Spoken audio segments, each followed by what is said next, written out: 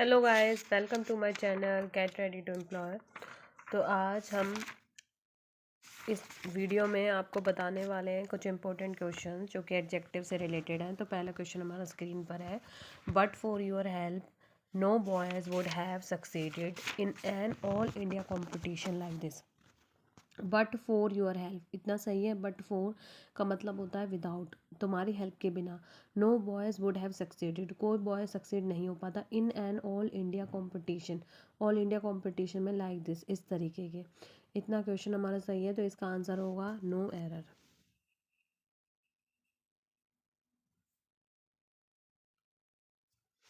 Next question है, he wanted certain boy to make entry into the principal's chamber.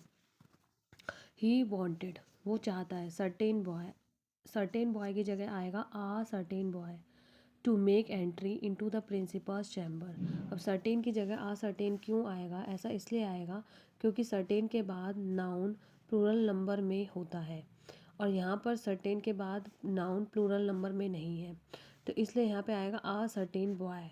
या तो आता certain boys या फिर आता आ सर्टेन बॉय। तो यहाँ पर एक आदमी, एक बच्चे की ज़रूरत है, तो आ सर्टेन बॉय।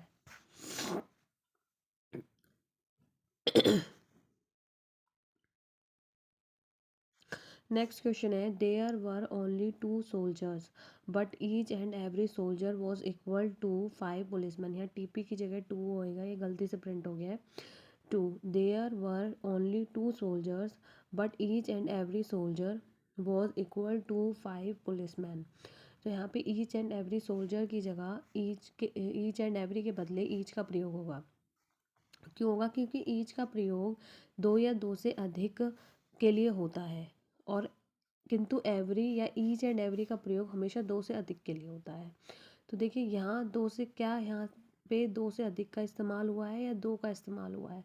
ईच का प्रयोग जो होगा वो 2 या 2 से अधिक के लिए, मतलब 2 बंदे भी हो सकते हैं, 2 से अधिक भी हो सकते हैं। और ईच एंड एवरी, और एवरी का जो इस्तेमाल है वो 2 से अधिक के लिए। तो यहाँ पर यूज़ हुआ है there were only 2 soldiers, 2 soldiers, but each and every soldier was equal to 5 policeman. यहाँ पे 2 सोल्जर्स की बात है, तो यहाँ soldier, each soldier was equal to 5 policemen.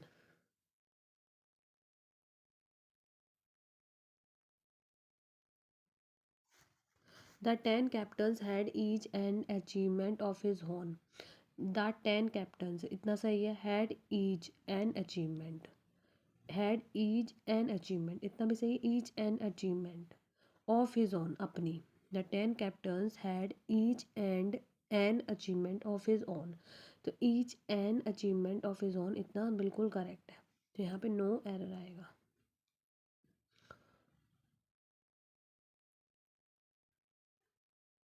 These sort of men attain worldly success by hook or by crook, so they deserve to be looked down upon. इसमें so दैग लिख गया, THEG, ये दे है, THEY। These sort of men attain worldly success by hook or by crook, so they deserve to be looked upon down upon।